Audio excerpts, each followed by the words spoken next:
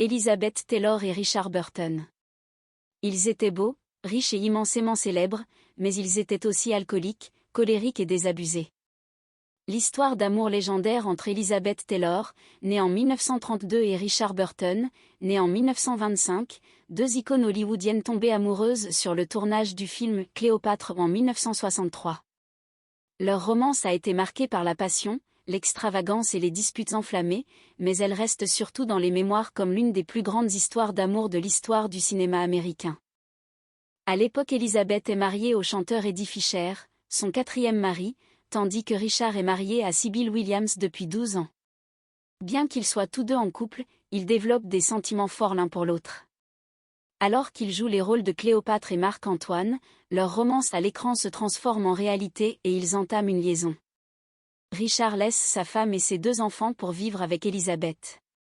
Leur relation choque le monde, et même le pape la condamne. Après 2 ans d'amour, ils se marient à Montréal, au Canada. Ce couple est passionnément amoureux, mais leur amour est aussi destructeur. Leurs disputes fréquentes et parfois violentes sont connues de tous. La relation entre l'actrice et son mari est tumultueuse, mais cela semble fonctionner pour eux. Après de violentes disputes, ils ont des retrouvailles passionnées. L'actrice se sent apaisée dans les bras de son mari. Les comédiens mènent la grande vie, et sont sensibles à tout ce qui brille. Surtout l'actrice, à laquelle Richard Burton ne manque pas une occasion d'offrir les bijoux les plus extravagants. Elle est attirée par les beaux diamants, en particulier s'ils sont très voyants. Ils joueront ensemble dans 11 films, tous à succès. Le couple profite librement des plaisirs que procure leur renommée. Lorsqu'ils ne bronzent pas sur le pont de leur yacht de 40 mètres de long, ils côtoient les grands de ce monde, dont le prince Régnier et Grace de Monaco, Marlon Brando et Frank Sinatra. Après 13 ans de mariage tumultueux, ils divorcent pour la première fois en 1974. Cependant, incapables de vivre l'un sans l'autre. Ils décident de se remettre ensemble l'année suivante et de se remarier en 1975. Richard Burton exprime ses craintes quant à leur remariage qui pourrait aboutir à un divorce. Cependant, dès le lendemain, il cède aux demandes de sa compagne et ils se remarient finalement en Afrique, au Botswana. Nous avons décidé de nous marier dès que possible. Je l'aime plus que tout et par-dessus tout. Pourtant, ses craintes quant à un éventuel divorce sont fondées.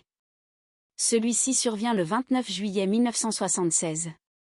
Dans les années qui suivent, Elizabeth Taylor se marie plusieurs fois mais aucun de ses maris ne peut égaler sa relation précédente avec Richard Burton.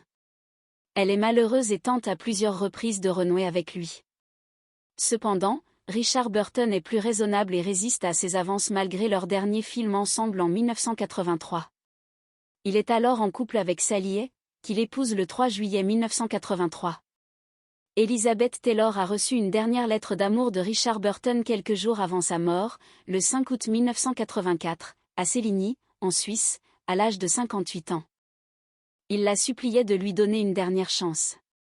Elle n'a cependant pas eu l'occasion de réagir puisque Richard Burton est décédé quelques jours plus tard des suites d'une hémorragie cérébrale.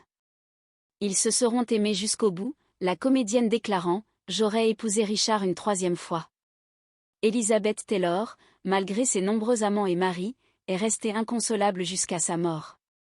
Elle est décédée d'une insuffisance cardiaque le 23 mars 2011, à l'âge de 79 ans à Los Angeles.